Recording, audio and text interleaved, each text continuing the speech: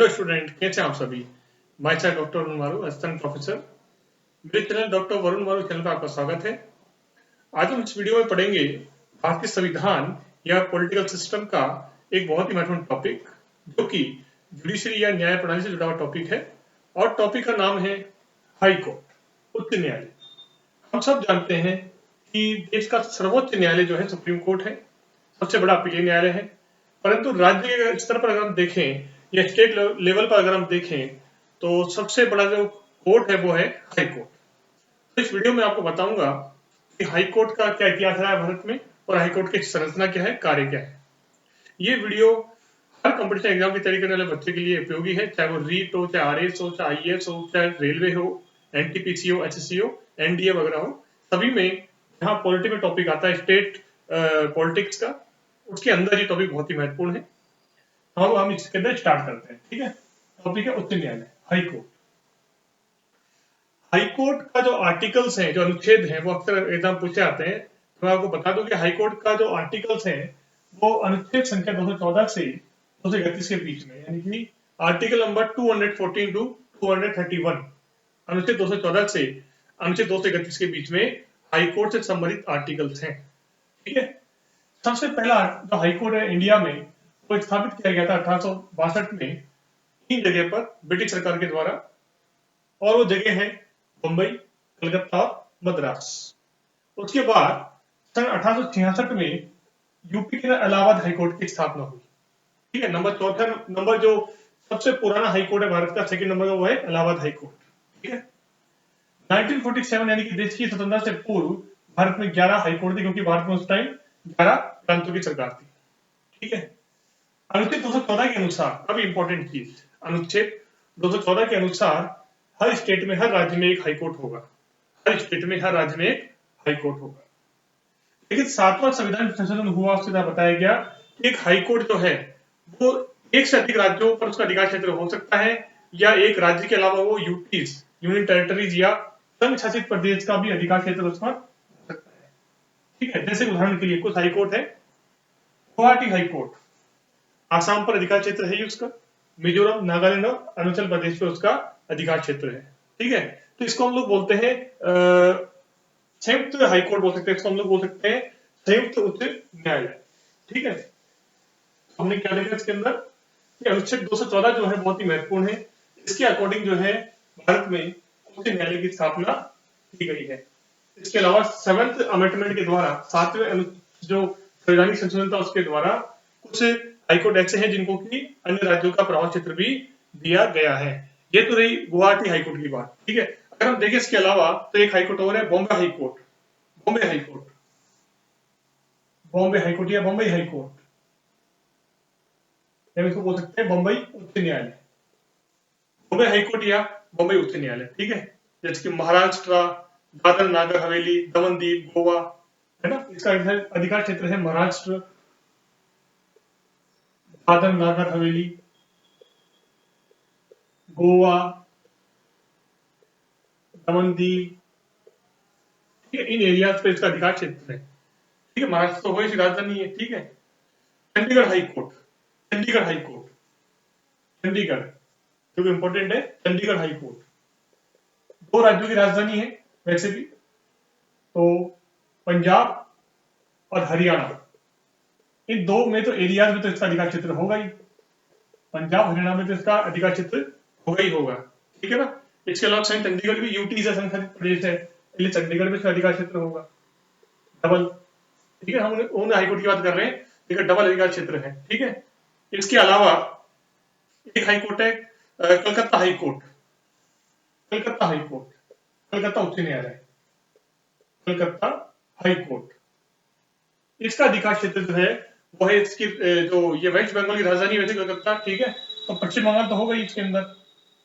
इसके अलावा Andaman Nicobar Iceland, Andaman Nicobar Iceland द्वीप पर भी इसका अधिकार क्षेत्र है कलकत्ता हाईकोर्ट का। ठीक है, इसी के अलावा अगर हम देखें तो एक मद्रास हाईकोर्ट है, मद्रास उच्च न्यायालय, मद्रास हाईकोर्ट। प्यारे विद्यार्थियों, मद्रास हाईकोर्ट का जो अधिकार क्षेत्र है तमिलनाडु में तो है ही, उसके अलावा पुडुचेरी में भी है। तमिलनाडु, जिसे हम पहले पांडिचेरी बोलते थे, इसको आजकल हम पुडुचेरी बोलते हैं, वहां भी इसका अधिकार क्षेत्र है तमिलनाडु के अंदर। ठीक है, एक ये हो गया डबल वाला। ठीक, इसके अलावा Kerala, Kerala high court, Kerala, Kerala high court इसका है केरल पर, और एक लक्षद्वीप, लक्षद्वीप पर। ठीक है, केरल पर और लक्षद्वीप इसका अधिकार क्षेत्र है। ठीक है, ये तो बात होगी केरल की, होगी बात। ठीक है, दिल्ली, दिल्ली एक मात्र ऐसा हाई कोर्ट है, देखो इंपॉर्टेंट चीज, दिल्ली एक ऐसा यूटीज है, यूनियन टेरिटरीज है, संघ शासित प्रदेश है। दिल्ली एक ऐसा संघ शासित प्रदेश है जिसका स्वयं का क्या है, हाई कोर्ट है, जिसका खुद का क्या है, हाई कोर्ट है खुद का। ठीक है, अधिकतर देखा होगा आपने, जितने भी संघ शासित प्रदेश बता रहा हूँ आपको सारे, इनका किसी का हाई कोर्ट नहीं है, किसी अन्य राज्य के हाई कोर्ट के अंतर्गत काम करते हैं। ठीक है, ये तो बात हो गई कि हाई कोर्ट, एक हाई कोर्ट का दूसरा हाई कोर्ट पे कंट्रोल कैसे रहता है, अन्य हाई कोर्ट की संख्या बताई मैंने आपको। ठीक है, अगर हम बात करें अगली बात, भाई जो हाई कोर्ट के जो जज हैं, जो उच्च न्यायालय के जो न्यायाधीश हैं, उनकी नियुक्ति प्रक्रिया क्या होती है, हम वो भी देख लेते हैं कि भाई उच्च न्यायालय के जो न्यायाधीश हैं उनकी नियुक्ति प्रक्रिया क्या है। ठीक है, नियुक्ति, अपॉइंटमेंट, नियुक्ति। तो सबसे बड़ी बात यह है इसके अंदर कि उच्च न्यायालय के जो जज हैं, न्यायाधीश, उनकी नियुक्ति राष्ट्रपति द्वारा की जाती है, राष्ट्रपति के द्वारा की जाती है। राष्ट्रपति जो है के द्वारा उच्च न्यायालय के न्यायाधीशों की नियुक्ति की जाती है। ठीक है, और इसके अलावा इसमें एक चीज और भी है कि जो चीफ जस्टिस ऑफ इंडिया है, भारत के मुख्य न्यायाधीश जो है सुप्रीम कोर्ट के, वो और दो सीनियर जजों की सलाह से उनकी नियुक्ति की जाती है। इसके लिए संबंधित राज्य के राज्यपाल से परामर्श लिया जाता है, संबंधित राज्य के उच्च न्यायालय के मुख्य न्यायाधीश से परामर्श लिया जाता है। ठीक है, देखो इसमें क्या है, इसके अंदर सीजीआई का रोल हुआ इसके अंदर। ठीक है, उस राज्य के राज्यपाल का रोल हुआ इसके अंदर, राज्यपाल से ली जाती है। और फिर जो उच्च न्यायालय के अन्य न्यायाधीशों की नियुक्ति की जाती है उसके अंदर उस हाईकोर्ट के मुख्य न्यायाधीश, हाईकोर्ट के मुख्य जज की सलाह भी ली जाती है, सलाह ली जाती है। और इसके अलावा एक सीजीआई के अलावा दो वरिष्ठ, दो सीनियर जज न्यायाधीशों की सलाह भी ली जाती है, लेकिन मुख्य रूप से नियुक्ति की जाती है राष्ट्रपति के द्वारा। ठीक है, और जिस राज्य हाईकोर्ट में इनकी नियुक्ति की जा रही है उस हाईकोर्ट के संबंधित राज्य के, राजस्थान हाईकोर्ट में नियुक्ति की जा रही है जज की, तो राजस्थान हाईकोर्ट के राज्यपाल के द्वारा सलाह दी जाएगी। ठीक है, शपथ की जो बात है, शपथ जो है उच्च न्यायालय के जो न्यायाधीश है वो शपथ ओथ लेते हैं राज्यपाल के समक्ष। राज्यपाल, या यूं कह सकते हैं राज्यपाल उनको शपथ दिलाते हैं, राज्यपाल के समक्ष शपथ लेते हैं भाई, कौन, उच्च न्यायालय के न्यायाधीश। ठीक है, अब बात करते हैं कि कार्यकाल की, टेन्योर की। उच्च न्यायालय के जज होते हैं, जो कार्यकाल है, जो टर्म्स है, इसको बोलते हैं इंग्लिश में टेन्योर, वो होता है 62 वर्ष, 62 ईयर्स ओल्ड की एज तक, 62 वर्ष की आयु।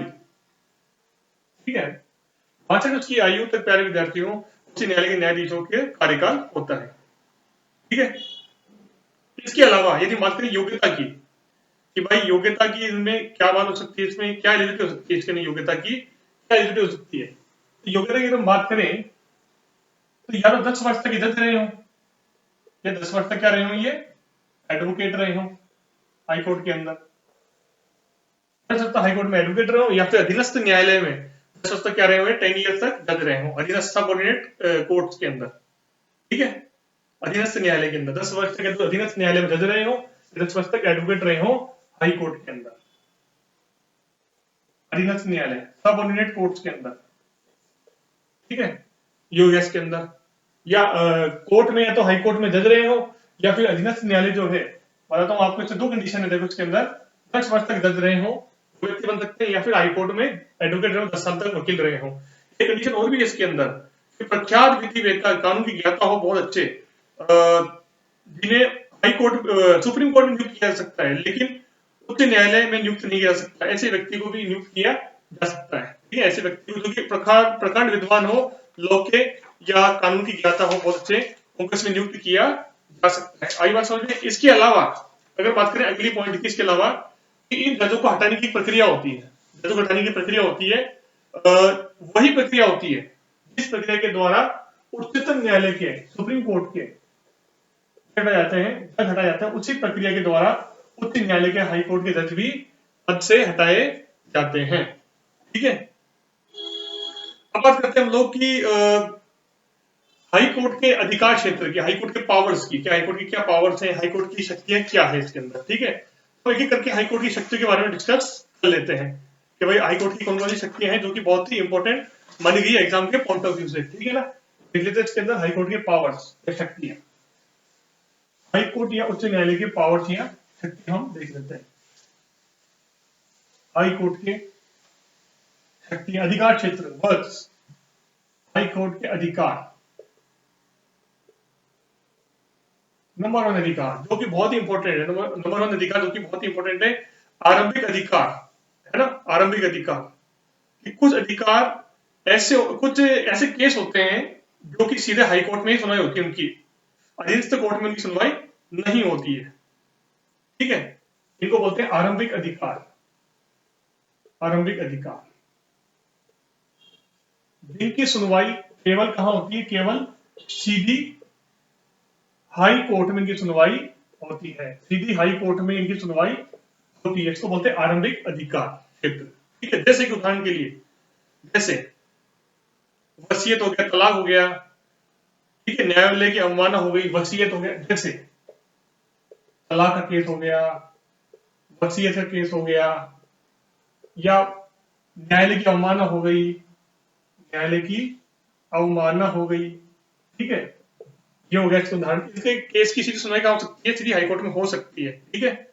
या फिर एमएलएज हैं, एमपीज हैं, उनके इलेक्शन से संबंधित कोई विवाद है, जो एमएलएज हैं, मेंबर ऑफ लेजिस्लेटिव असेंबलीज हैं, विधायक हैं, या एमपीज हैं, मेंबर ऑफ पार्लियामेंट, सांसद हैं, इनके चुनाव से संबंधित विवाद, चुनाव से संबंधित विवाद जो है, सांसद विधायक के चुनाव से संबंधित विवाद जो है, उनकी सीधी सुनवाई भी हाई कोर्ट में ही हो सकती है, ठीक है। इसके अलावा राजस्व के जो रेवेन्यू करती है सरकार, उससे संबंधित कोई केस हो, राजस्व के संबंधित केस हो, राजस्व संबंधी केस हो, या मूल अधिकार संबंधी कोई केस हो, मूल अधिकार का हनन करती है सरकार कोई भी, अधिकार से संबंधित केस हो, जो फंडामेंटल राइट होते हैं उनसे रिलेटेड कोई केस हो, ठीक है। और इसके अलावा जो सबऑर्डिनेट कोर्ट होते हैं, अधीनस्थ न्यायालय होते हैं, जैसे उनके द्वारा भेजे गए मुकदमे, ठीक है, जिनमें संविधान की व्याख्या आवश्यक हो, संविधान की व्याख्या आवश्यक हो, संविधान की व्याख्या आवश्यक हो, जिन्हें कौन भेजे, जिन्हें नीचे वाले कोर्ट, सबऑर्डिनेट कोर्ट, अधीनस्थ न्यायालय भेजे हाई कोर्ट में, जिसमें संविधान की कॉन्स्टिट्यूशन का एक्सप्लेनेशन मांगे, जिसमें संविधान की व्याख्या करनी हो इसके अंदर, या फिर, ठीक है ना। और इसके अलावा कुछ ऐसे भी हाई कोर्ट हैं, कुछ ऐसे भी हाई कोर्ट हैं जिनके पास में एक्स्ट्रा जो मतलब दीवानी विवादों के पावर भी है, जैसे कि बंबई, कलकत्ता, मद्रास, दिल्ली, ठीक है। अब क्या है इसके अंदर कि 1973 से पहले, जो इंपॉर्टेंट चीज, 1973 से पहले, 1973 से पहले 3 हाई कोर्ट के पास आपराधिक मामलों में अधिकारिता थी, बंबई, कलकत्ता और मद्रास, ठीक है। लेकिन 1973 में इसे समाप्त कर दिया गया है। मतलब क्या इसके अंदर कि जो क्रिमिनल केस थे उनमें अधिकारिता थी 1973 से पहले, कि क्रिमिनल केस में केवल यही अधिकारिता इनको हाईकोर्ट को मिलेगी, किसी को नहीं मिलेगी, ठीक है। लेकिन ये 1973 में समाप्त कर दी गई व्यवस्था। खासकर 3 हाईकोर्ट कौन से हैं इसमें, बंबई, मद्रास और कलकत्ता। बंबई, मद्रास और कलकत्ता हाई कोर्ट को अधिकारिता थी 1973 से पहले कि क्रिमिनल केस यही लड़ सकते हैं, इनकी सुनवाई यही कर सकते हैं, लेकिन ऐसी व्यवस्था को समाप्त कर दिया गया है, ठीक है ना। अब इसके अलावा है अगला अधिकार है रिट अधिकारिता, रिट अधिकारिता, ठीक है। रिट इंपॉर्टेंट है, देखो ये भी इंपॉर्टेंट है। ये हमने हाई सुप्रीम कोर्ट के टॉपिक को पढ़ा था कि जब हमारे मौलिक अधिकारों का हनन होता है तो जो अनुच्छेद 32 है संविधान की, जो जिसे हम आत्मा कहते हैं, डॉक्टर भीमराव अम्बेडकर जी ने कहा है, तो व्यक्ति वहां जाकर अपने अधिकार की रक्षा कर सकता है, इसके द्वारा जो है रिट जारी कर सकता है सुप्रीम कोर्ट, तो यही अधिकार हाईकोर्ट को भी दिया गया है, ठीक है। अनुच्छेद 226 में रिट की अधिकारिता दी गई है हाई कोर्ट को, वही पांच रिट, ठीक है ना, मैक्सिमम अगर देखी जाए तो, अगर ठीक है। और जैसे बंदी प्रत्यक्षीकरण हो गया, और भी हो गया, ठीक है।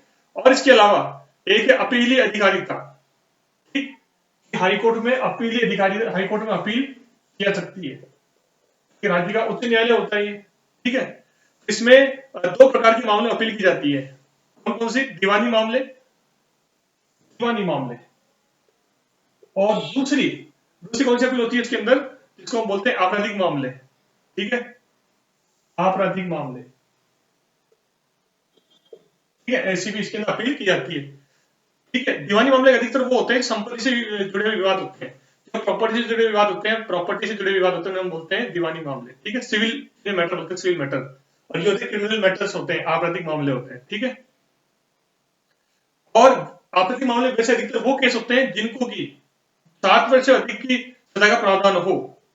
ठीक है, यानी कि आपराधिक मामले की अपील इसमें होती है जिसमें कि 7 साल से अधिक की सजा हो इसके अंदर, तब ये मैटर आता है हाई कोर्ट के अंदर। ठीक है ना, आई बात समझ में। और मृत्युदंड के मामले में, सभी मामले में हाई कोर्ट के द्वारा पुष्टि होना आवश्यक है।